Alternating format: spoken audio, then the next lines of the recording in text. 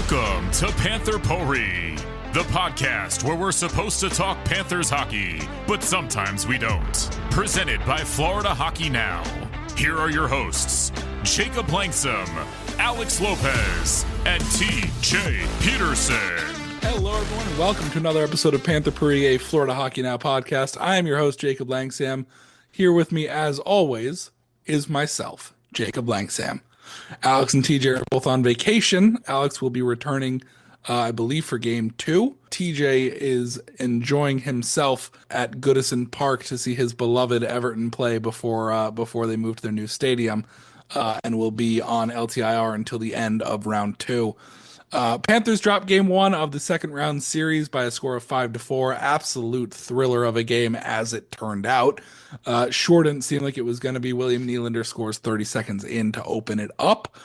You know, kind of puts Panthers fans on edge right away. Leafs score again. William Nylander again. Panthers get within 1. Seth Jones on the power play.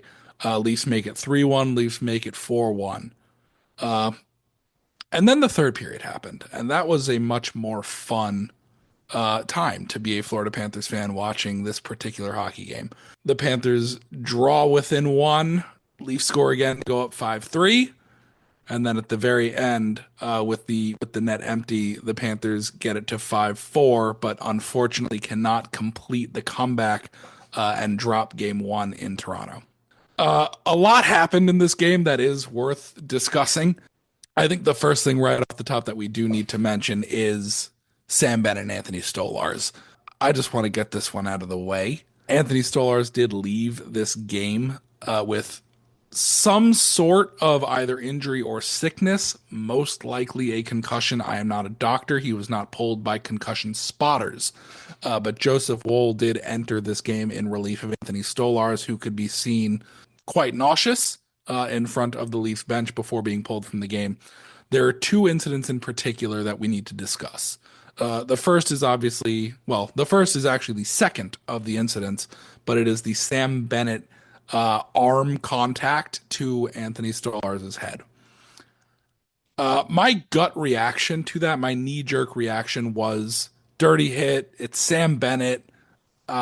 He knows where his body is. I don't think he has intent to injure, but it's still a dirty play. You know, you can't hit a goalie in the head like that. But with each replay that I watched of it, I kind of changed my tune a little bit. Bennett took a shot near the net, sharp angle, and then crashes the net to chase his rebound. And in chasing his rebound, Anthony Stolarz also, of course, trying to get to that puck. They collide. And the collision point is Sam Bennett's forearm, into Anthony Stolarz's head. I don't want to downplay any head contact. Head contact is an extremely serious issue. CTE and concussions should always be taken very seriously, which is why I really want to call out a concussion spotter who probably should have, take a guy out of the game. The other moment that I do want to talk about relative to Anthony Stolarz getting hit in the head was a wrist shot taken by Sam Reinhart. It was a very hard shot pretty early on in the game that knocked Stolarz's mask off. I think that's the inciting incident here that caused Stolarz to have some head issues. Maybe he should have been taken out by a concussion spotter at that point, but moot, he wasn't. And then Sam Bennett's collision with Stolarz probably just exacerbated whatever was caused by that initial snapshot from Reinhart. And eventually Stolarz leaves the game. Joseph Woll comes in relief. And admittedly, that is when the Panthers start mounting this very dramatic comeback. Hopefully Anthony Stolarz is okay. Sam Bennett was obviously not made available to the national media after the game. Anthony Stolarz reportedly left the arena on a stretcher. So we will obviously have to wait to see what happened with that. But obviously our thoughts are with Anthony Stolarz in this moment as we await any news about his well-being. Now onto the game. Honestly, despite everything, really strong game by the Panthers. especially in the final 25 minutes. Just looking at the shot attempt share here, Toronto controlled play in the first. Shot attempts were 16-8 in their favor at 5-on-5, leading to a 66.66 repeating, naturally, Corsi for percentage. But in periods 2 and 3, and perhaps you can call it score effects, teams when they're behind, especially behind big, always have this nasty habit of just shooting pucks from anywhere. But you see the Corsi for percentage shift from that 66-34 or 67-33 Leafs advantage in the first period to a 74-26 Panthers advantage in the second, and a 75-25 advantage in the third. So Panthers really controlled that run of play in the second and third period, and it wasn't just quantity. They weren't just shoot from anywhere and see what sticks. Panthers really owned the scoring chances for percentage and expected goals for percentage in the second and third periods. So the quality was there as well. The Panthers do end up scoring 4 goals in this game, which under normal circumstances probably wins you the game. Unfortunately, there was just a little bit too much Toronto. A couple of goals that Bob would probably like to have back. A couple of pinches that the Panthers defense would probably like to have back. But ultimately, the comeback does fall short for the Florida Panthers, and they do lose 5-4. Some high points from this game. I want to give a huge shout out to Seth Jones, who I thought looked phenomenal tonight. He had the opening goal on the power play, just a beautiful shot from the point that beat Stolarz clean. He also made some really, really clutch defensive plays on what otherwise would have been golden scoring chances for the Maple Leafs during the comeback in the second and third period. So he continues his very strong run of play from round one, where I referred to him as one of the stars of the round. Third line, another very strong game. Etu scored one of the goals in the third period during that comeback. Marchand and Lundell both played extremely well leading up to that play, and I believe the Uvis Balinskis goal was also during a third line shift. So another really strong performance by that line.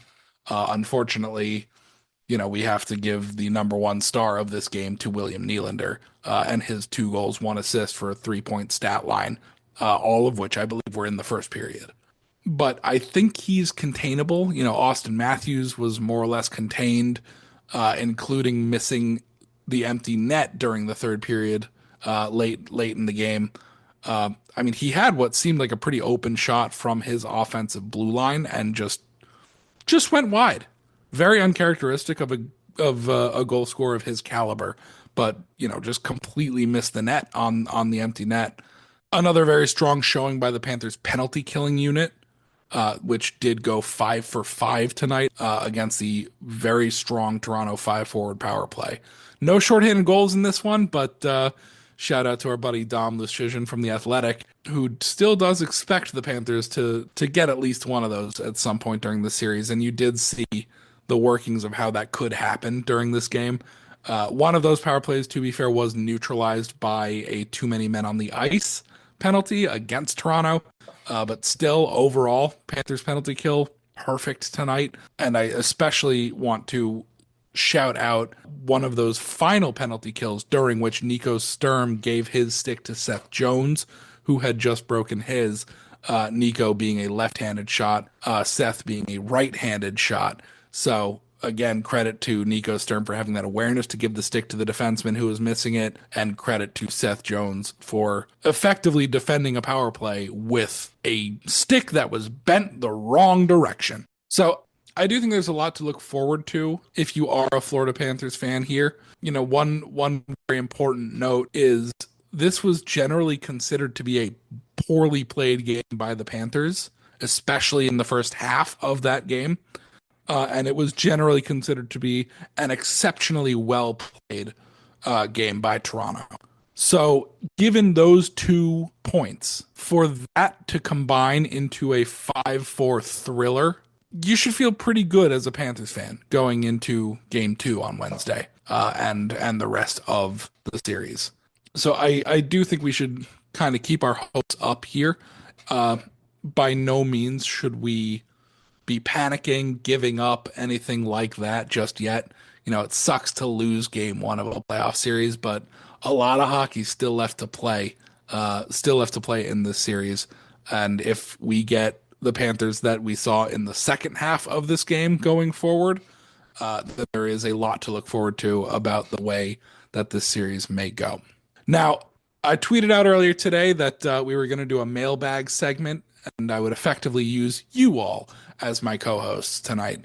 So I'm going to go ahead and open that mailbag up, and let's start mailbagging.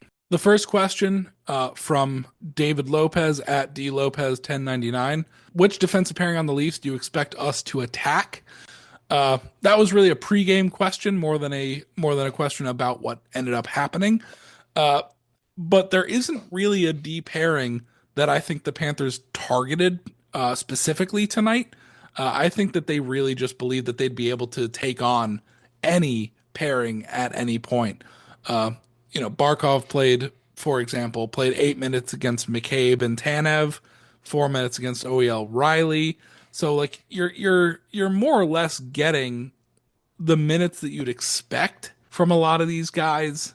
There weren't really any intentional matchups. You're not trying to put Barkov out against like Benoit and Carlo. So I really don't think that the Panthers were trying to target any particular line. I think that the Panthers truly do believe that any forward grouping can beat any defenseman.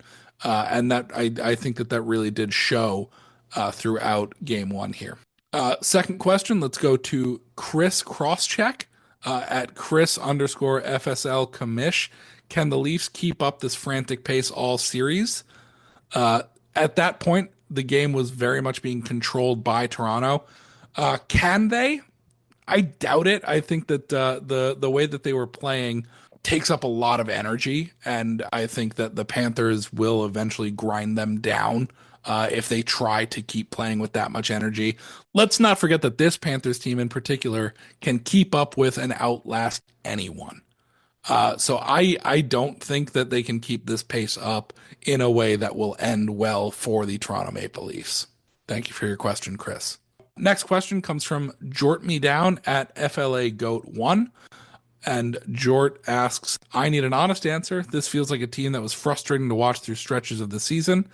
Is this a fluke game for us or a sign of how the Leafs are going to look all series? I don't know if I have enough whiskey for more games like this. Jort, I would be very interested to know at what point in the game you did submit that question. Similar kind of question to the previous one. I would recommend buying one more bottle of whiskey, perhaps some tequila, if you want to have something in the back to celebrate with, because I do still believe that this series will go in the Panthers' direction. I do think it's a fluke. There are a lot of things that the Panthers did that I don't think that they will do again. This should be Sergei Bobrovsky's worst game of the series. I think that these highly risky pinches that led to a lot of the rush chances that Toronto scored on will be cleaned up. I don't think the power play will be as dead as it was today. I don't think that Matthew Tkachuk is going to go through this series with 0 shots on goal. So I think it was a fluke game. And I think it was a fluke game more in the Panthers won't play this poorly again, more so than the Leafs won't play as well. The Leafs are still an excellent hockey team that, you shouldn't necessarily be, you shouldn't brush them off by any means. But I don't think that I don't think that the Leafs will control the scoreboard throughout the series the way that they did tonight. I really do believe that this game was a fluke. Next question from Ben SGL at PC Dunce. Why is Boquist still in the lineup? Great question, Ben.